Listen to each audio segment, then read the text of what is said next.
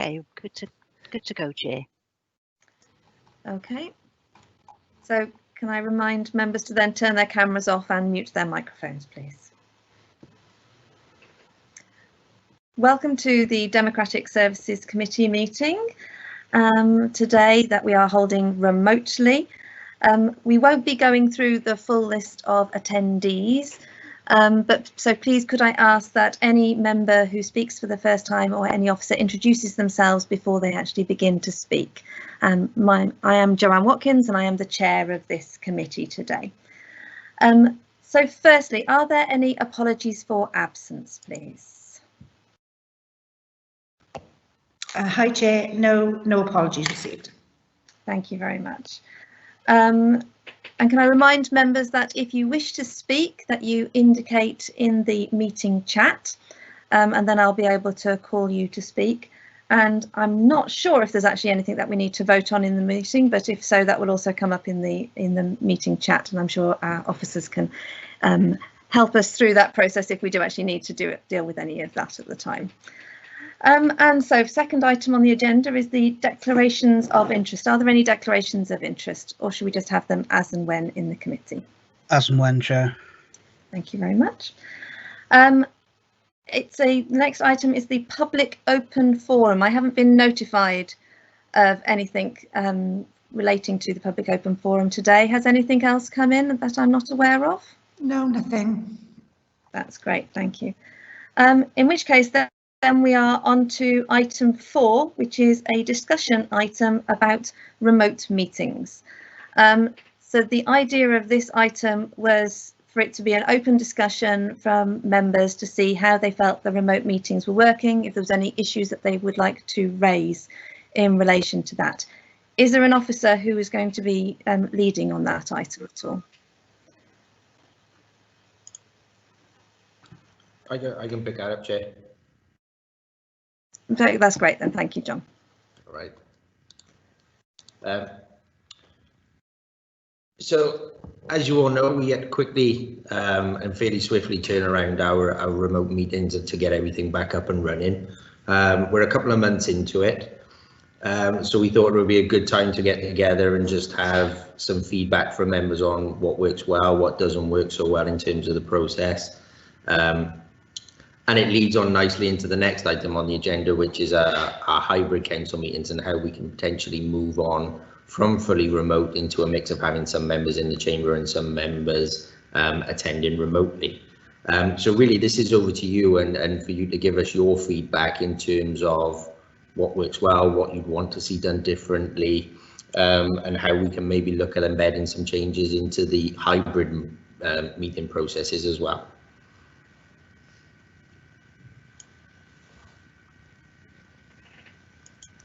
That's great. So can I invite any members who may wish to speak to use the chat function and the raise hand function within that facility to indicate that they might like to comment.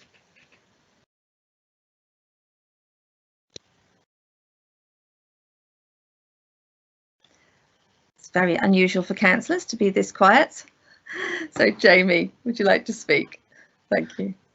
Thank you, Chair. My name is Jamie Trahan and I'm the County Councillor for Overmonnow Ward in Monmouth and member of this committee. I quite like remote meetings. It's easier for me because I don't drive, and if we were to have late finishes with meetings and I had no way of getting home, it would prove a problem. But I think the meetings themselves have gone quite smoothly. There are some issues with feedback when some members leave microphones and cameras on, which is to be expected, especially as we're learning to use these remote meetings. Sometimes the vote function in the chat bar, you don't always see the vote button, but you see the results of the vote underneath. That's usually underneath it. So I find that if I close the meeting chat bar and then reopen it, then the vote button appears. That's the only really major thing that I've got with it at the moment. And then if at some stage there are some votes are submitted using the vote button, and others can't find that, and then we take a verbal vote. Sometimes the verbal vote is different tally to the vote button system, and my worry is that any members of the public that are watching these, if they're able to see the vote and they see the discrepancies between the two, if that they would pick that up. But other than that, I quite like the idea. But I'm sure I'll think of something else to say later. Thank you. Thank you very much, Jamie. Are any officers like to make any comments about the issues around voting at all and the voting buttons? Could they give any clarification on any of that, please? Yeah, I can pick that up, Chair. Yeah, it's been a learning curve, I think, is the honest answer in terms of the voting button. Some members get it straight away. Some members took a little bit of time. And I think I've already said this to some members that perhaps August came at the wrong time for us, because we were really starting to get in the swing of it towards the end of July, and we've had a bit of a pause for August during the recess, and we've got to get back to it fairly quickly now the meeting's starting back up. What I would say is we've explored lots of different options in terms of voting. I know some other authorities will put a link, say, into the chat bar that'll take you to a website, and you put your vote in on a website. To me, that adds another layer of risk in terms of members being able to access that web link rather than being within Teams and doing everything within Teams itself. So that it's weighing up the risks with other ways of doing it compared to the downsides of this. And with this whole system, you know, we've designed a protocol to fit a system that isn't bespoke to committee meetings. It's a general Microsoft package available to everybody. And we are tinkering our processes, if you like, to make it fit what is available within the system. Moving on later on onto the hybrid meetings a little bit, we're still going to need one single platform for the voting to bring the remotees and the people from within the chamber into one place for everybody to cast their vote at the same time. We've got another option that we're exploring in terms of our ModGov software that we've got available and the voting buttons they've put within there. We just haven't had a chance yet to test that out and decide whether that's a better and more reliable system than the chat bar voting within Teams. But what I would say is I wouldn't worry too much on the difference in the voting within the chat bar to the verbal vote, because the verbal vote is why we go back to it. It's clear. It's individually named councillors being able to call out their preference and have that available on the live stream. And even where a vote gets anywhere near close, we always revert back to that verbal vote anyway, so that we've got a true record, an accurate record of what the vote is. So yeah, it's not perfect, but I think we're getting there. And towards the end of July, we were definitely getting a lot better with the voting buttons. I think we had something like 39 out of the 43 councillors voting well at full council in July, and even the 5-hour meeting fatigue didn't even kick in too much at that point. So we will get there, but let's just get some more practice in and we should be okay. Thank you, that's great. Dimitri, I think you'd like to speak. Thank you. Chair, am I allowed to speak as a guest, or you're on mute? I'm assuming that's a yes. If it's a no, all right, yes, you may. Yeah, great, thanks. Look, I just want to commend John and his team for the work they've done in such a rapid period of time, and it's been incredible. And I know we were one of the first, if not the first, up and running in terms of meetings. So I commend John and the team. There have been a few teething issues, and John knows of one big one, which I won't talk about now, but he knows of it, that we need to address in terms of democratic expression during council. The one thing I would urge is, I hear Jamie's point, and he's absolutely right. I know many members, particularly Councillor Jones, was pushing for ability to call in remotely and have an effect, you know, join council meetings from virtual locations over many years. But it doesn't seem like we have ready, the hybrid system, to allow that even before the pandemic. So there seems to be a real issue about letting some members into the community, into the chamber, and some not. And I'm just wondering, how quick are we going to get that up and running, John? Because from my experience, online meetings are very, and I'll be diplomatic, seem to be very heavily weighted towards the administration in terms of being a very rigid, structured process, where democratic expression seems to be a bit sterile, if I use a better way of putting it, or a bit formulaic. And the chamber is the only way where you create that kind of democratic ambiance.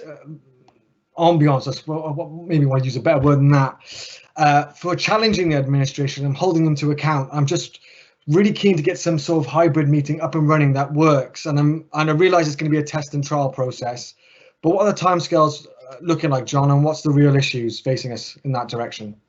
Thank you, Chair.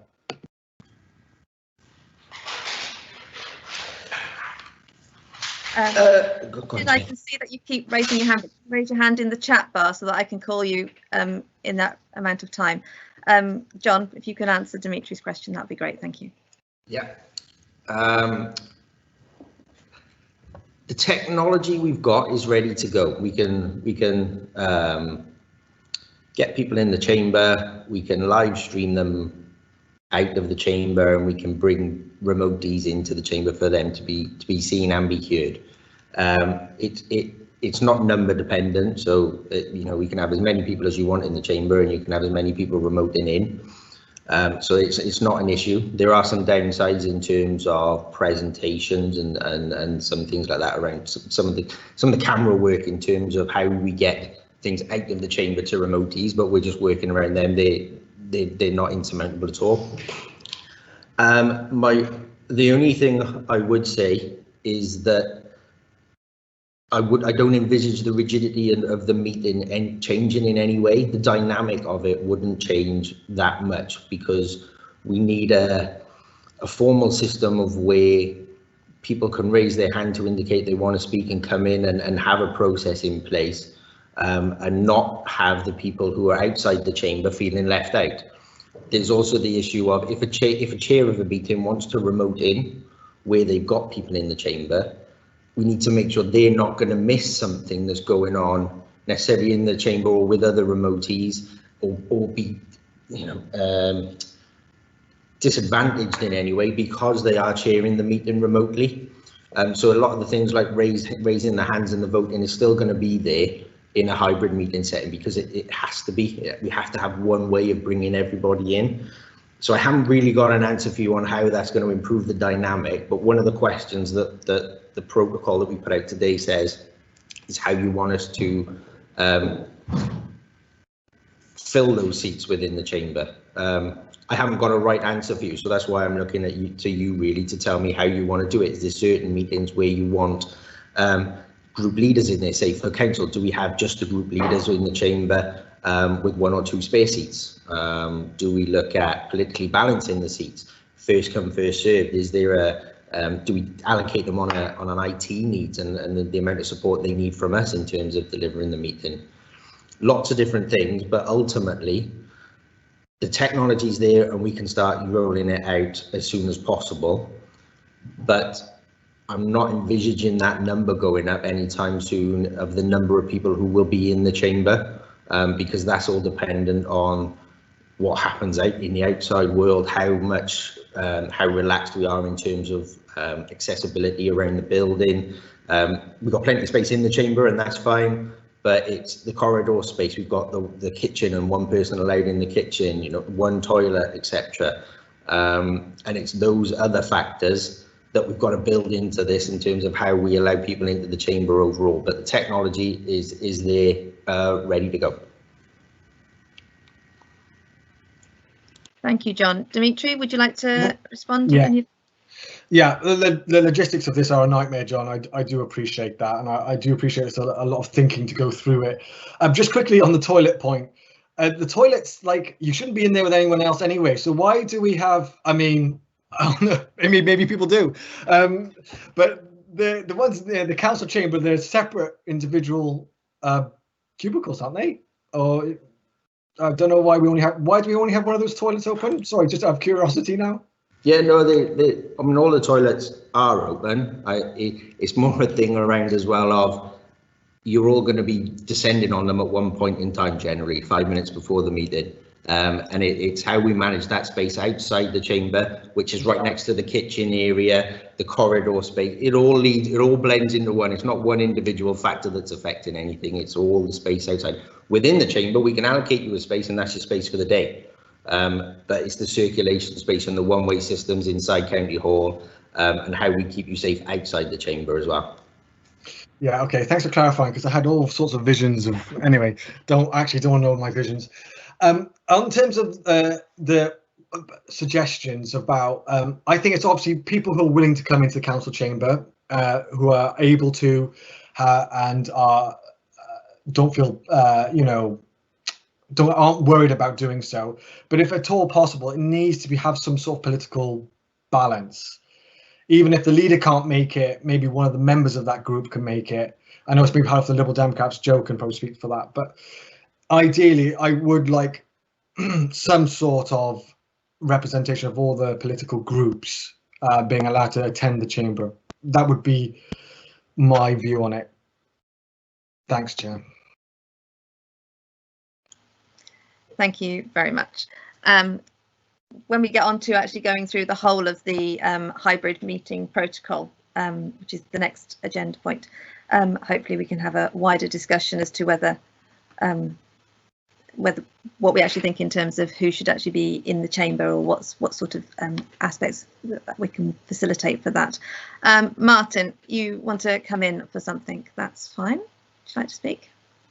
Yeah, thanks. Sorry, the raised hand symbol just hasn't appeared on my bar today for some reason. So just to make a very quick point, that some meetings fit very well indeed, I think, into an online format.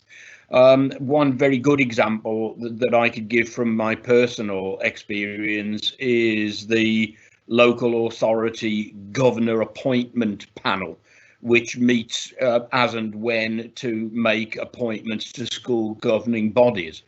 Now, that meeting rarely lasts more than 15 or 20 minutes, and to participate in that, I drive 26 miles. Now, a meeting like that, there is no reason at all why that shouldn't always, as a matter of course, be held online. And I think that when we first started using Teams, it was a fairly nerve-wracking thing for me, at least. I don't know about anybody else, but now it's just the sort of thing that comes naturally. And my only real complaint is that if you have 3 or 4 meetings in one day, looking at these very tiny screens that we've got, I've ended up with very sore eyes on occasions. But as a means of actually doing routine business, I think it's the way we should be looking. And I suspect that if members of the public knew that we were claiming mileage for 26 miles, in my case, for a meeting that lasts a matter of minutes and is really just, on most occasions, nodding through people who've been nominated to join school governing bodies, we'd find it quite difficult to justify that.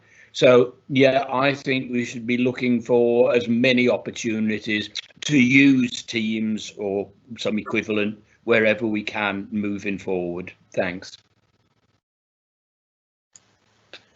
Thank you very much. At the moment, I don't believe... Oh, Sheila, you would like to speak. That's great. Sheila? Hello, Sheila Woodhouse, member of Growfield Ward in Abergavenny. Thank you, Chair.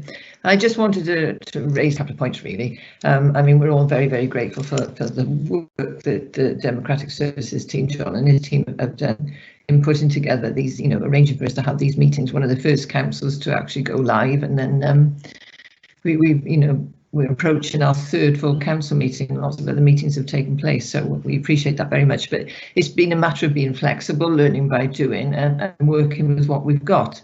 So yes, I agree with a lot of what's already been said. We need to sort of take stock. We can save a lot of time and effort in attending meetings by being there virtually. However, the one concern I've had, and I have mentioned it previously, is with regard to everybody being able to attend all of the meetings. When we have a select committee meeting, for example, you have to be invited in. So if that, if a way could be found, I appreciate that we don't want to send out an invitation to every member because that in itself might cause complications. But if members could be a system could be looked at in due course with regard to members being advised to contact the chair of that committee or Democratic Services to arrange for it to be put in their calendar prior to the meeting commencing, because we all used to be able to pop into meetings and with the discretion of the chair, like today, you invite us to speak. But it is a bit problematic when you're trying to get into a meeting that you haven't been invited to sometimes. I'm sure it'll be overcome, but that was just something I wanted to sort of mention at this point before, as we proceed further with these meetings. Thank you. Thank you very much, Sheila. John, can you make any comments about inviting other councillors, other members to actually be able to attend different meetings? Yeah. I think the actual process of inviting people in is very simple, but we have two different classifications in terms of members in terms of how they sit within a committee. For example, today we've got Councillor Batruni here as a guest, and other members who are actual members of the committee with voting rights. Within this team's environment, Councillor Batruni would have access to those voting facilities if he felt he wanted to, and we need to control that in some sort of way rather than just sending out blanket invites to all members. With no control then over what number of votes we should be tallying back to, for example. But if someone just wants to listen to the proceedings, because we're live streaming everything's available on a link on the website, like a member of the public would, to see and hear what is actually going on. But again, if someone wants to come and speak to the committee, then like Councillor Batruni has today, all they've got to do is ask the chair and we can add them in at fairly short notice and bring them in. So it's not an issue, but there are other things in the background that we've got to be aware of and control in terms of particularly voting, and things, particularly around like planning committee, say, where members can address the committee as a matter of course because the application is within their ward. But if they're not a member of that committee, they haven't got the voting rights. So we just need to bear that in mind in terms of having that bit of control in the background of bringing people in and the access that they've got once they're in the meeting. If I could just then say, yeah, I fully appreciate that it's not easy. It's quite a complicated process. We have to take all the factors into consideration. However, I think members need to be made aware because, I know where members have struggled to get into meetings. It's getting better and it will improve, sure. But it's all about making members aware of the fact that they need to be invited in. You can't just go onto your calendar and get access to a meeting when you're not a part of the committee. It's all about information, really. And I think one of the things that was going through my mind when we were talking, members were talking earlier, there will come a point where we need to go and ask all the members how they feel about where we are. I know John's constantly sending out emails and reminders and offering workshops on it, but there will come a time where there may be one or two specific problems that have been raised by members can be ironed out, but only by knowing what problems members are encountering. As I say, perhaps in due course we could all have a little questionnaire to complete to see how we feel about where we're going. It's all learning by doing and managing with what we've got, and you're doing a terrific job, and I think the members have been excellent. But I think what we're doing now will stand us in good stead for the future. And I welcome the opportunity to talk about it today because it's been very interesting. Thank you. Thank you very much. Jamie, did you wish to speak again? Yes, please, Chair, if I may. Just to echo Dimitri's words, really, about the ambience and the buzz that we get when the chamber is full, and some of the discussions get quite heated and whatever. It's also as convenient and as easy, in commas, virtual meetings are, for me, it's walking through that door into the chamber that somehow makes it more real that I'm a councillor, that I am actually an elected member. So it would be nice if we went with, I think the hybrid meetings is a good idea, and I don't think we should go to fully remotely held meetings. I think there should be an occasion where we do access the chamber just just to show that we are a council. I mean, might be different political parties, but 43 councillors in one room, to me, is a unified council, and you can't get that in remote meetings. Although Dimitri does try to bring in the ambience in a chamber with virtual meetings, and fair play to him for trying that. But I think we do need to have the occasional meeting when we can, where we can all attend the chamber. And with hybrid meetings, it has to be if people are comfortable with going into an area where there are restrictions. Thank you, Chair. Thank you very much. And Sarah Jones would like to speak. Welcome, Sarah. Hi, thanks, Chair. Just put my video on. And yeah, thank you. I'm not a member of this committee, so thank you for letting me come in on this point. As Dimitri has said, I'm someone that's been an advocate of remote meetings for a long time now, so I've always been pushing for this, and now we're here. We're in this sort of full-scale remote situation, and so it's going to be a bit strange for me to say, but I think we've got to be really careful about members' well-being, because the ability to cram so many meetings in now, whereas we'd have gaps between meetings. I mean, after this meeting now, I've got a meeting at 4, I've got a meeting at 6, and I've got a meeting at 7. Because of Teams, I'm able to cram all that in, which is great because the productivity is brilliant. But I just am a little bit concerned about people's well-being, and with everything going full scale back to meetings now, and obviously all being remotely, just the impact that might have on people. So just to be conscious of that when we go forward. Thank you. Thank you very much. Yes, I would second your concerns for that one as well myself, because I too have 4 meetings today, I think, and several in every day of this week. So I would just like to say, from my point of view, is I've definitely enjoyed the meetings, being able to have them remotely. I've enjoyed the fact that I haven't had to get in my car and drive halfway across the county in order to attend a short meeting. I've been very pleased that I felt like I have reduced my climate emissions in order to actually to change with this way of working, and I think that's really is valuable that we take the advantages of it. But I concur with the people who've already said that it does lose a certain amount of the ambience. So when we are in a council chamber and we are arguing it out, and you can see the other faces of people when you're speaking, that has a very different quality to it, to having little squares on a screen. And I wouldn't like us to stay purely in remote meetings format, but we have to change to it when it's safe, when we can actually do so safely and do so within reasonable precautions for the current situation. So I too would like to offer my thanks to John and all of the Democratic Services team, because they put in a huge amount of work and really supported many members.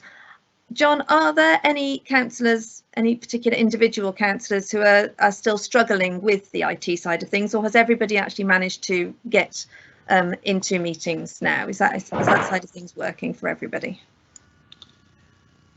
Yeah, everybody's been able to get into a meeting. Everybody's using Teams, whether that's for their group meetings or committees. Some are obviously just using it more than others, and some are just more IT familiar than others. So we still have some ongoing issues in the background with a small number of members, in terms of just reminding them what the normal process is. And like I say, August come at the wrong time for us, really, because we were really getting into the swing of that process and this style of meeting. So we've got a bit of a battle again now at the start of September and for this week ahead of the AGM, in terms of just getting everyone familiar with it all. But those who don't, we have brought 1 or 2 members into County Hall with us here, social distance, and looked over their shoulder just to give them a helping hand. And sometimes members need that, just that little bit of extra support, and we've been able to do that where we can. But again, moving on to the next item, in a way, the more members we have in the chamber, how can we balance that and those members off who are coming in with an ICT need when we've already got a handful of people taking up the space in here? But overall, no, we're doing really well. That's great to know. Thank you very much. Does anybody else want to raise anything on this first point, or shall we move into the actual looking at the protocol for the hybrid council meetings? Anybody else wish to raise anything? Okay, thank you very much for everybody's participation in that discussion, and I hope we can work on how to improve some of the ways forwards for as we have to continue with the remote meetings. And so now if we go on to the next agenda item, item 5, and I'll hand back to John again. Thank you, Chair. So what we've got in the report today is a fairly familiar, hopefully, protocol for a meeting in terms of how it all run. I've taken the protocol that we used for fully remote meetings and just amended it slightly in some places. The biggest issue we've got with a hybrid meeting is not so much the technology we're using on how complicated it is.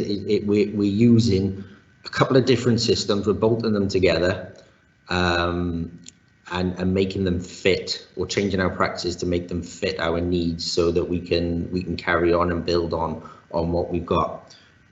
Members throughout, and you just heard it in the last item. A lot of feedback has been to me that members want to get back in the chamber as soon as possible. So it's always been a priority for me, really, to look at how we can facilitate that and get some of you back in the chamber as soon as possible. But it is going to be a slow implementation process, if you like, in terms of that number increasing.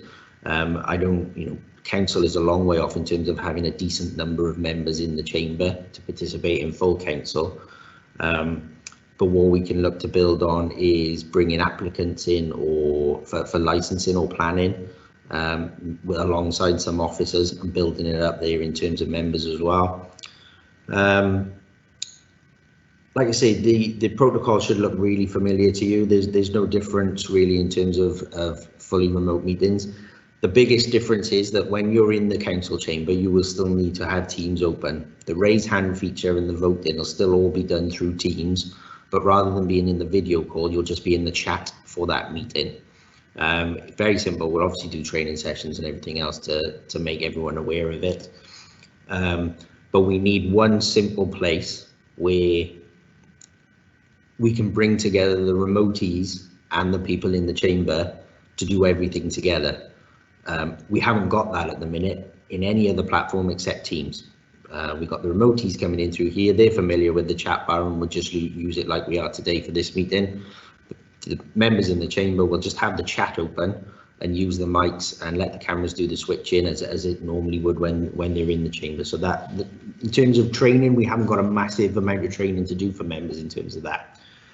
But there is that element around how we allocate the seats, and we've already heard from Councillor Petruni there that we'd like a seat for every group. Well, that's 5 essentially. Labour, Conservative, Lib Dems, our independent group, and our independent councillor. If we reserve one for a chair, we're up to 6. So very quickly you'll find out that these chairs run out of space. So it is more opening it up to you to have a conversation today around how you want me to manage those people who are coming into the chamber, and hand that back to you to make a decision on. Really, we've set up and made it available. How you want me to deliver it and start implementing these meetings really is what we're here today to talk about. What I want everyone to think about really in terms of this as well is from 2022, we're going to have remotees participating in council meetings. The local government and elections bill will be an act by then, and the relevant sections of it will come into force. and we have to allow remote attendance for councillors if they want it. So what we're looking at here with this is starting it off slow, building it up, but embedding practices that'll be familiar. So once we get to 2022 and we have to do it, everyone's familiar with it. It becomes a nothing event, and we just carry on with practices that we've already got in place. So please bear that in mind. This isn't a short-term fix for coronavirus. This is a long-term process that we've got to think of embedding into our usual meeting practices, because we're going to have to allow this anyway. So over to you councillors, really, because the protocols there. It's not too different. It doesn't, like I said earlier on, it isn't going to change the dynamic of meetings, unfortunately, just because having people situated in different rooms, I'm not sure it's going to change it massively. But the decisions we make today in terms of how we allocate those chairs might go some way towards doing that. Thank you very much, John. I hope everyone's had a chance to familiarise themselves with the hybrid meeting protocol. And Jamie has requested to speak. So, Jamie, would you like to speak first? Thank you, Chair. John, I'm like Dimitri. I think a political balance is the best way to go. And you ran off who would that be? And it came to 6 people in the chamber. What is the maximum number that we can have in the chamber at the moment if we were to go, well, to have a hybrid meeting? Because if you got the 6, and then obviously there'd have to be at least 1 officer in there, I would imagine, so that's 7. What is the maximum number of people allowed in the chamber, please? Thank you. I've looked at it, and 8 members is the maximum number of members we could really get in there. We'd have each row of the tiered seats will have 3 members in. Every other row, sorry, will have 3 members in there. The row behind allows us to move behind and support in terms of IT and setting things up if there's any issues during the meeting and we haven't got to squeeze past anybody to get there. We'd still have the dais at the dais at the very front of the chamber, where the chair could sit alongside someone from Democratic Services further across, like we do for normal meetings, and then another seat further across from that.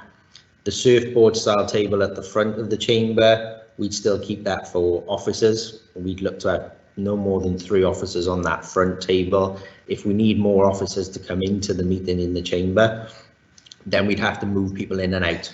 They'd have to find a space in County Hall and come in when it gets to the relevant agenda item. And we've also got the space on the lectern then, and we're thinking that more in terms of public speaking for licensing, planning applicants, etc. if people are unable then to do it remotely there. So 8 members is the maximum at the minute. Thank you. Thank you, John. So the discussion point that's in the meeting protocol actually says, should seats be allocated on a first come, first served basis? Should seats be limited on a politically balanced basis? A seat set aside for each political party plus a couple of extras as a possibility? Should a seat be automatically available for the vice chair as well? So these are some points that we've been asked to consider as a committee to see whether we think we have an opinion as to how we should actually balance out these seating, because this is one of the areas that we should be exploring. The whole of the protocol, the options that we have, the 2 options that we have to discuss is either that we do nothing and leave things as they currently stand, which will require to hold the council to continue to hold its meetings fully remotely until such a time is deemed safe for everyone to be back in the council chamber, or to adopt a hybrid meeting protocol. So it's quite important today that we actually manage to make these decisions and discuss them fully. So if I could ask for members to have some thought, I can give my opinions that if we can only have 8 members in a chamber at a time, plus officers, I don't think that we ought to automatically set a seat aside for a vice chair as well as a chair. I would say that that one isn't a particularly necessary seat, because it does sound like we are going to be very restricted whilst we have coronavirus limitations as well. I quite like the idea of a seat set aside for each political party plus a couple of extras, so that we can then support some of the members who may struggle more with their IT capabilities. And I'm not terribly keen on the idea of a first come first served basis. I think that one could lead to confusion, let's say, as I would actually view from that one from my personal perspective. Martin, you've raised your hand as indicating that you would like to speak. So would you like to give some input, please? Thank you, Chair. I realised I forgot to announce who I was when I spoke earlier. So if anybody's remotely interested, I'm Martin Grocott, and I'm the member for the Lansdowne ward in Abergavenny. I agree totally with what you just said, Chair. But I think I'm right in hearing what John was saying about the allocations that would have to be made in terms of the groupings, and saying that by right, our one member who is not a member of a political party or the independents would have a right on his own as an individual councillor to automatically have a seat. Now, I don't take that, I'm afraid. I think that if somebody has chosen to cut themselves off from all the established protocol, shall we say, then I think they're cut off. They can still be a member of the council, but to have an automatic seat alongside other formal representatives of the groupings, I think is a step too far when we're so limited in space. We've heard also, as you've said, many members talking about the importance of getting back into County Hall.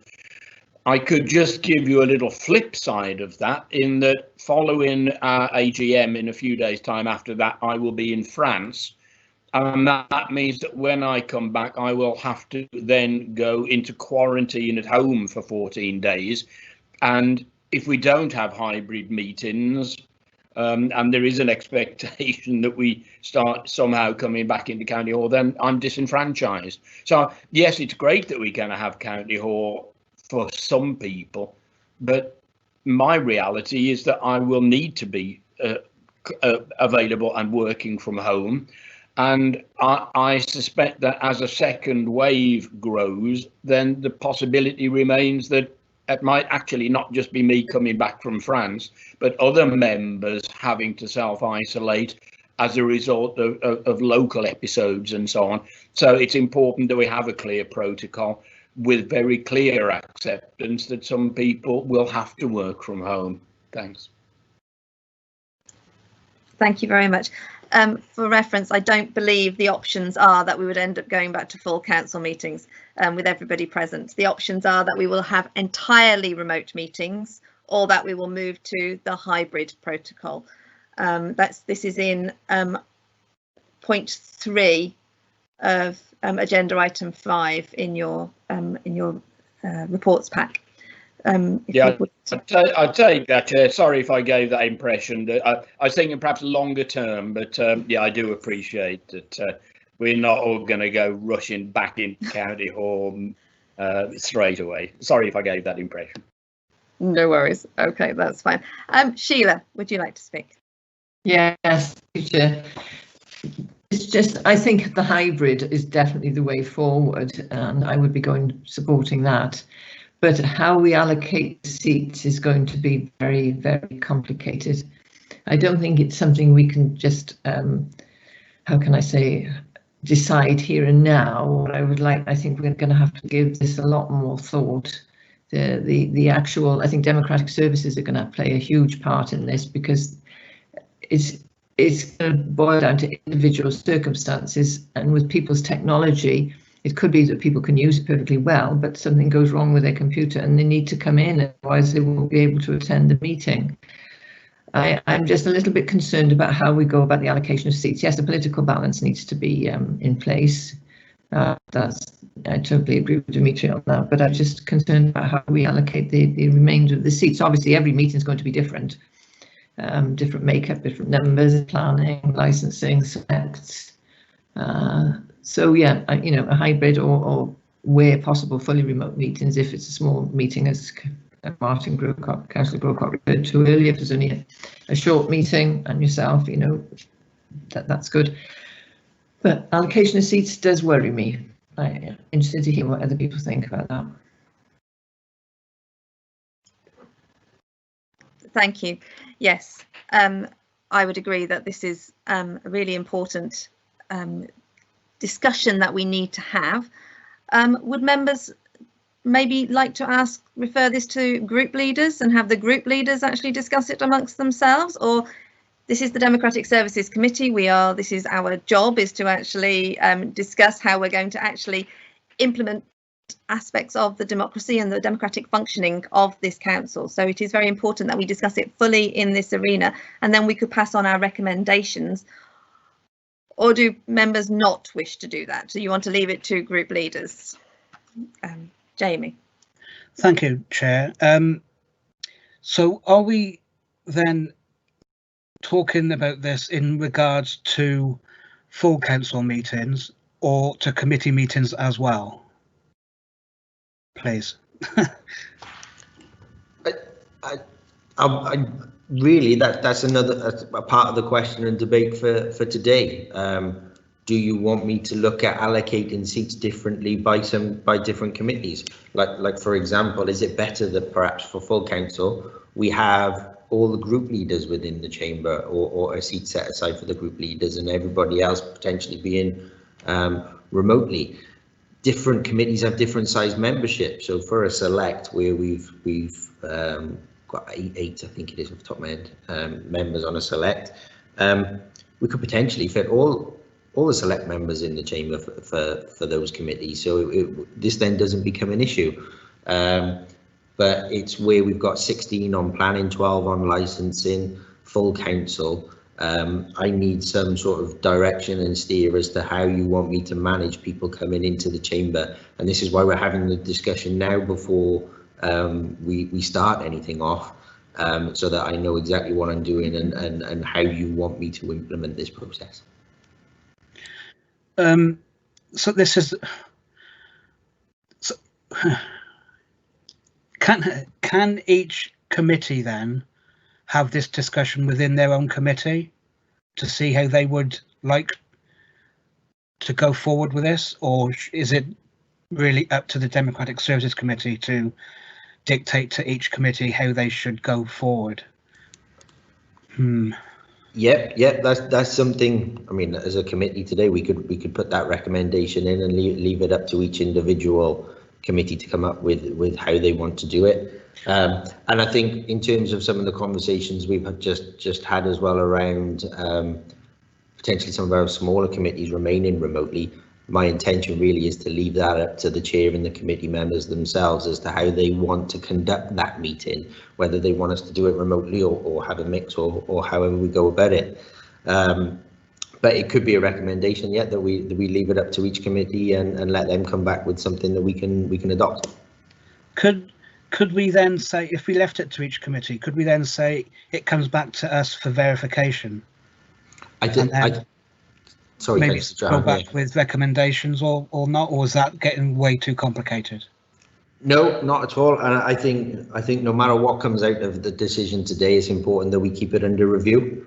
Our next meeting, I think, is the 9th of November, and I fully expect this to be a discussion point again at that meeting, with having some tests underneath us, getting people back into the chamber. How effective is the decision we made, and do we need to go back and revisit it again? So no, that's not an issue. We'll do all the work in the background. I think the key thing is we get this right from the start in terms of how we do it, not necessarily the hoops we've got to go through to get to it. Okay, thank you. I'll shut up now. Thank you very much. Matt Gatehouse, you would like to raise something. Thank you. Yes, thank you, Chair. Matthew Gatehouse, Head of Policy and Governance. And I think actually, since I put my hand up, John has covered it to an extent, which is to recognise that this is a process which will evolve. And actually any discussion today doesn't set in stone a process for meetings which can never be changed again. I think we're a long way off full council being run as a hybrid meeting. You know, I certainly wouldn't imagine that happening in the next 2, 3, 4 months. But potentially we are in a position where perhaps planning, licensing, one of the select committees could pilot this approach. And there's an opportunity to see what works and come back and report back to this committee to allow the committee to adjust the protocol. So as members, I wouldn't be too worried about what you agree and propose today, because it is a process of learning and evolving. It's always going to be tricky. There will always be someone that will be left out. I think in the paper, I think John has made the point quite rightly that there's probably an advantage to leaving a couple of seats spare, because there will always be issues of technology on the day where someone's internet goes down or someone has a sort of builder in at their property and is struggling to dial in. So we wouldn't want to ensure that every single one of those seats is allocated, not giving us any leeway. So yeah, I think it's the right discussion to have, but don't feel that what you decide today is set in stone. It can be revisited, and piloting with 2 or 3 committees, return, adjust and go again, I think would be a sensible way forward. Thank you very much. Yes, certainly. I think it's really important for us to have this discussion and to come up with the pros and the cons. But yes, life is an ever-changing phenomena at the moment, and we don't really know what the future will bring. Martin, you'd like to add something? Thank you, Chair. Sorry, I left my cursor lingering over my name for too long, so my hand appeared twice.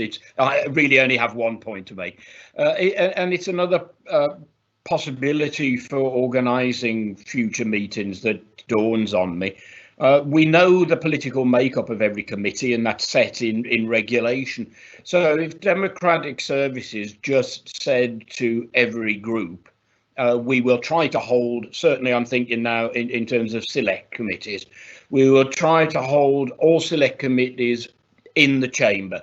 And that is certainly the view of the Labour group, expressed very strongly at group meetings, that we want to be in the chamber for select meetings, but an acceptance that we couldn't all squeeze in there for most, certainly, select. So if we take as a starting point that we will be based in the chamber, if Democratic Services notified each of the group leaders how many of their members could attend, then could not the groups themselves select which councillors will come into County Hall and then which will remain doing it via Teams? I mean, certainly the Labour group meets every 2 weeks. And so just sort of nominating people to attend in person wouldn't be a problem. I think it's certainly crucial, though, that as soon as possible we are getting as many people back to County Hall as possible. So that's just another possibility of a way forward.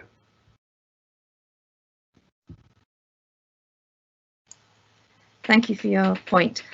Would anybody else like to raise any issues at the moment?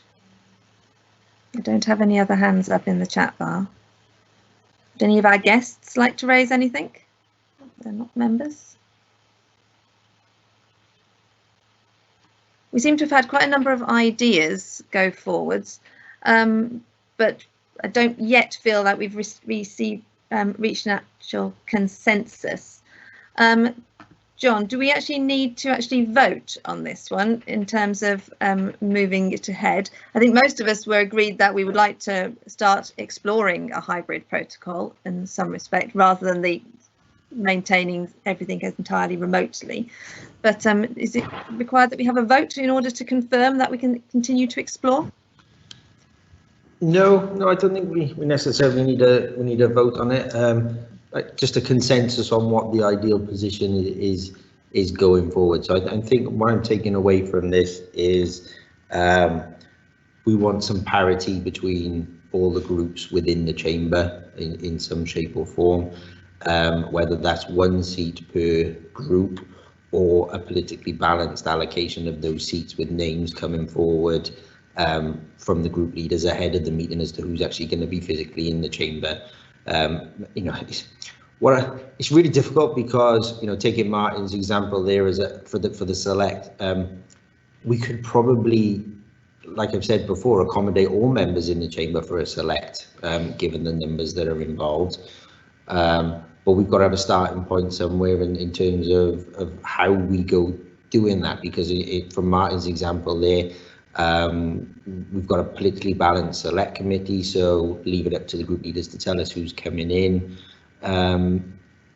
Would it work? I don't know. We've got to agree something that's going to be that we can just go and try, I think. And to me, from what I'm gathering here, is we keep a spare seat for the chair, we keep one seat for each political group, and 1 or 2 spare to start off with, and perhaps we bring that back to the 9th of November to see how that goes forward, and perhaps how those other spare seats then that we've got in terms of additional to 1 seat per party in the chair, how the allocation of them is going, and whether we need to review that.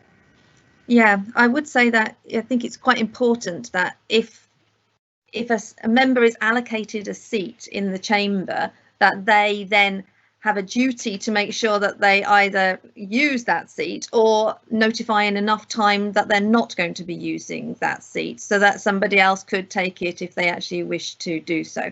I think it'll be quite an onus on the responsibility for members to actually know for definite that they're going to be going to County Hall and that they will actually be turning up for those meetings, and that's actually a really important point. Jamie, you have your camera on. Did you want to say something? I've noted that Sheila wants to speak from the chat as well. Yes, thank you, Chair.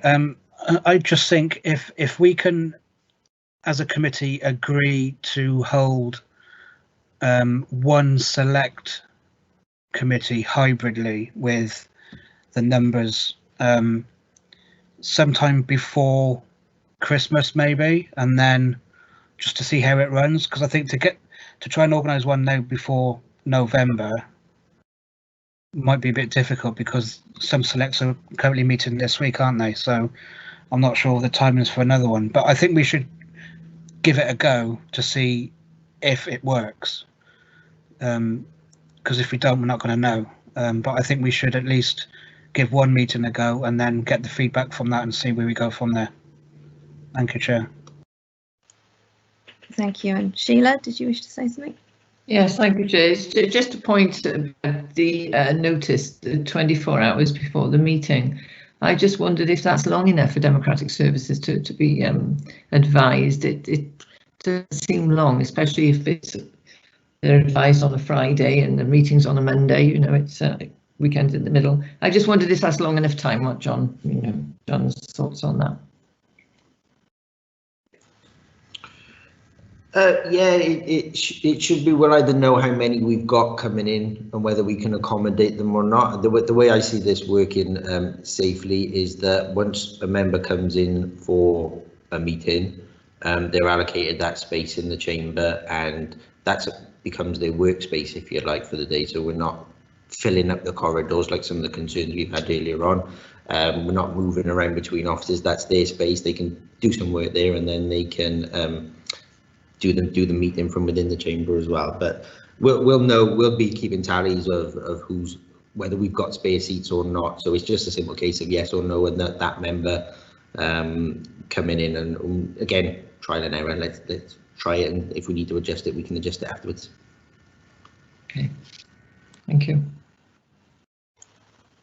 Great. So I think, and please somebody jump in if I summarise this wrongly, that we do want to try out a hybrid meeting, maybe as a trial run in one of the selects that's due to happen in the next month or so, if possible before November, for our next meeting in November. We would like to allocate seats on the basis of political, so that there's at least a seat per political group, so that's a possibility, plus some spares for members who have IT issues, including a seat for the chair as well, but not specifically for the vice chair. Does that sound like a reasonable summary? And then we'll have a trial run, and then we'll be able to come back and see what we think worked and what didn't. Yeah, sounds good to me, Chair. Great. Okay, so John, can you work with that as a means to go forwards? Oh, Sheila, you've raised your hand. Would you like to say? No, sorry, I think I had the same problem. Just, I think my computer was just still on that part of the no screen. worries. Sorry. That's great. Okay, so John, are we okay to go ahead with that and we'll move forwards on that basis? Yeah, leave it with me. I'll see what we can do. Lovely, thank you very much. Right, sorry, I'll just scroll ahead to my next. The members intranet area, which again, I believe I'll be handing on to John to introduce. Thank you, Chair. Yeah, so since we all went fully remote, some of our systems have been moved over to the cloud rather than being actually sat on a server somewhere and us needing to go through our VPN to access all those platforms. It's massively reduced the number of IT issues we've had coming into the office in terms of logging on and people struggling to get access, which has been great. But the next sort of lead on from that is developing a SharePoint site, which members again will be able to access without the need for VPN. So what I'm sort of looking forward to is the next set of inductions, say for the next lot of councillors coming in 2022. I want a web address that I can just give them, they can click onto from any computer and they can have access to all the guidance documents, online training, health and safety, any wide ranging stuff that they're going to need or need to be introduced to as part of their role. And the easiest way they can access that, the better. And this is through a SharePoint site that they'll be linked into Teams as well.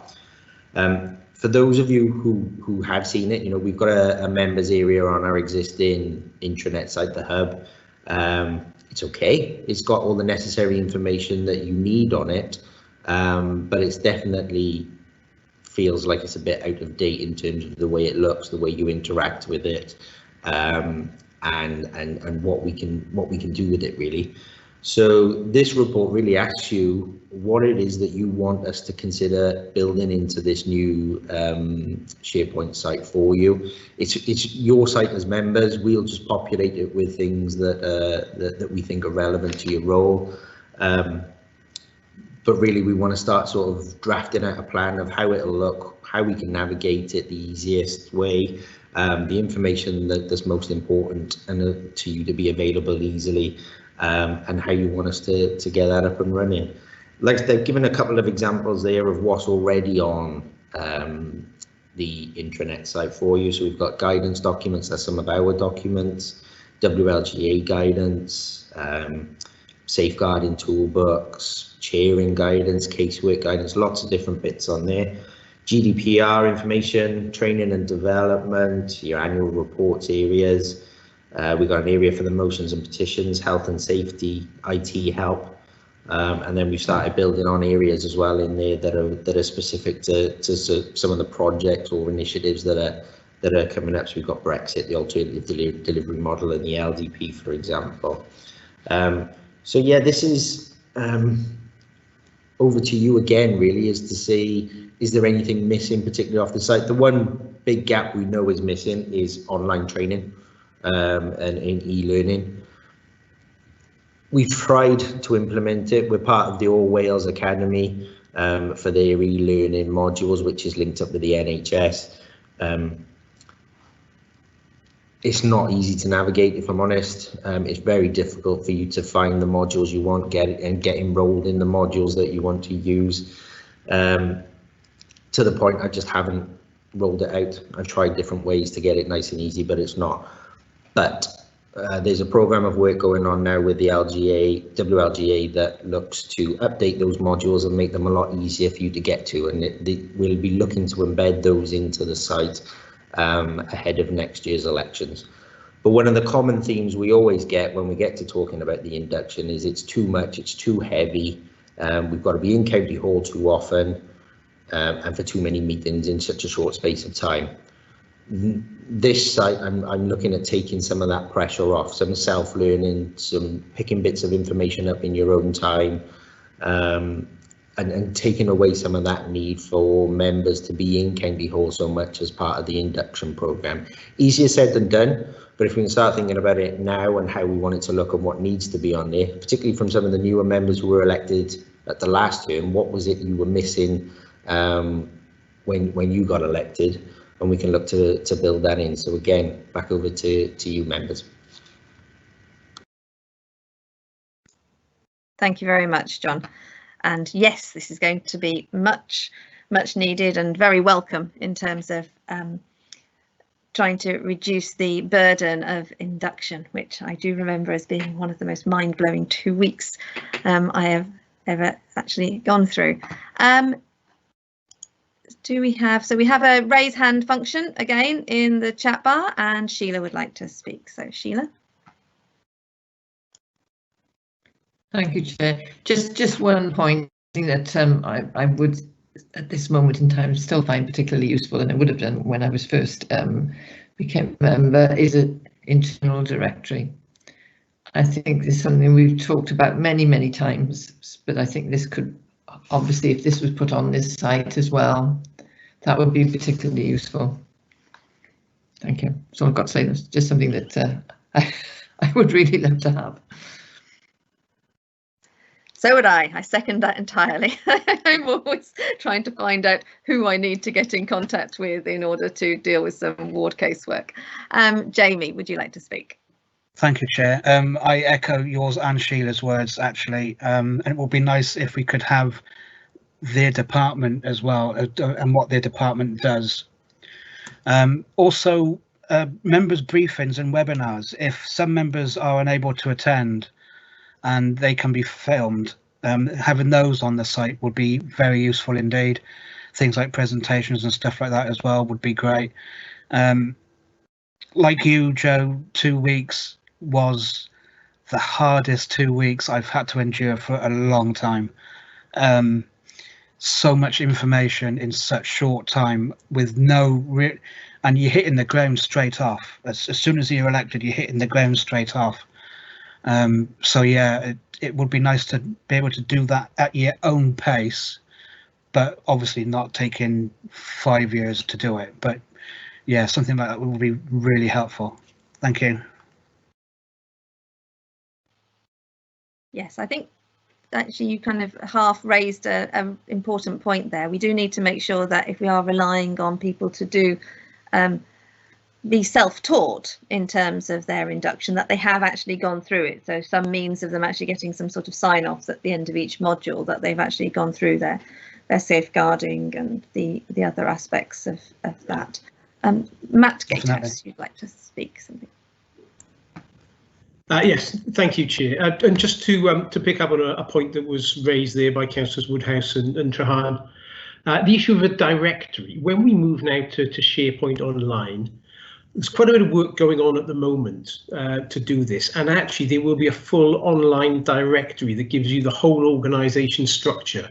So you can see different responsibilities, which officers report to who they are responsible for, the phone numbers of those departments. So that will all be available as part of an organisational structure within the new SharePoint Online, and colleagues are presently working on that. But as you can appreciate, there's quite a bit of work sort of going on, cleansing, making sure the phone numbers are right and the responsibilities are correct within there.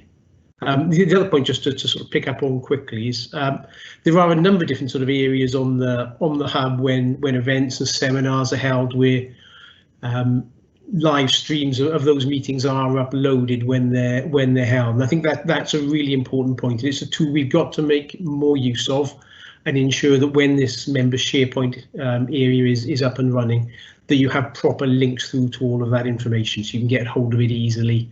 And again, it is one of those things that may reduce the need for members to travel into County Hall for short meetings, short sessions, which is helpful in terms of travel time, family friendly, work-life balance, career, and everything else. So yeah, absolutely, I think that's a really important point. Thank you very much. Jamie, you'd like to come in again? Yeah, sorry, Chair. I seem to be hogging the meeting today. Email addresses as well as phone numbers in the directory would be handy. And another thing that would be useful is when certain officers leave the organisation, it would be nice if we could have a heads up on that, because I was chasing a former member of MCC, a former officer, for an update on something I'd asked him previously, and only to find out he'd moved on. So when people do move on, it would be nice that we're informed that they have actually moved on and who has replaced them, because it's better to find out that way than the way I found out. Thank you. Thank you very much. Would anybody else like to raise any points? Is there anything else that we think that would be useful to see on the SharePoint drive? It's got quite a good list of what's on the hub at the moment. Has anybody got anything that they'd like to add? So we think a directory. We've all been asking for a directory for ages, so that would be really useful. It's great to know that's in process. And access to any of the videos and important links, and then training information. That sounded really good that John was exploring that. So anything? Chair, just one other thing to think about as well, I think, is thinking about things that you have difficulty accessing now, that's perhaps on the network. And one thing that springs to mind that some members are having issues with is accessing late correspondence or some of the plans for, say, planning that get put on the X drive or something like that. And perhaps, you know, we could build an area there that we give access to planning to, that they drop all the late correspondence in, because it's still a site that's restricted to just members, so no one else can go in and access it and see it. But again, just thinking about some of those things that are always a bugbear, and is there something different that we can do to make it a bit easier? We don't need the answers today, but if you do have any, obviously send them through. But that's one of the things that I know I've thought about in terms of members always having difficulty ahead of that meeting. How can we go away and resolve it? Yes, absolutely. That's a very, very good point, because it is one of those areas of concern and of issue. Would we still be relying on, oh gosh, why can I never remember the name? ModGov for our pink papers? Would that be still the appropriate venue to keep pink papers in, or would it be something that we would look at the SharePoint system as well?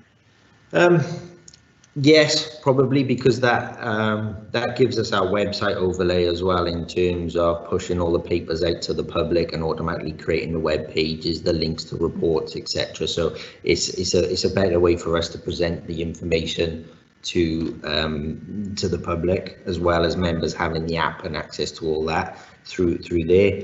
And additionally, one of the options that ModGov have implemented is voting buttons for members within the ModGov app. So one of the issues we've had with remote meetings, and we will have with hybrid meetings, is how do we access our papers as well as Teams, as well as the voting buttons and everything else.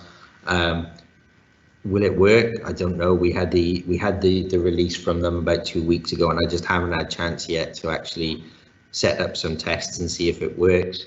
That is a lot more training involved for the members, because some of our members just don't use the ModGov app and the voting around it. But there's definitely some bigger perks for us in terms of keeping ModGov and how we use it. And if members just don't use it, they don't use it. But if we went for those voting buttons, everybody would need to be considering using the app and being familiar with it. So there's other things we can do with ModGov that is definitely worth us keeping it.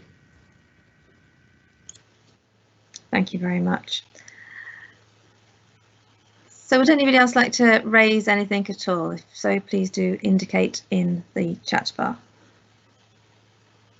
No, that's great. In which case, thank you very much, John and team, for working on that. I think it's great that we're managing to start to get more things remotely, and personally I have found the change in IT has been wonderful. That everything's been able to be much more accessible since having to work from home, and I've had a lot less IT issues, so I completely concur that those have all worked exceptionally well. So thank you very much, and please do continue with the work there. That's great. Okay, on to agenda item number 7, which is the minutes of the last meeting that we held formally, which was on the 10th of February, which feels like a lifetime ago. Could anybody, has everybody got any points to raise from the minutes? Any, can you remember that far back? Anything that doesn't look appropriate? It looked fine to me from my recollections of the meeting. Would anyone like to? Move, Chair. Is anything second? Yeah, I'll second. Thank you very much, Martin. Okay. In which case, that is the end of the meeting. Thank you very much, everybody. And thank you for plenty of participation in today's meeting. It's been very nice to see you all. Thank you. Thank you, Chair. Yeah. Good to see you. Everybody. Look forward to seeing you soon. Bye. Bye. Bye. Take care.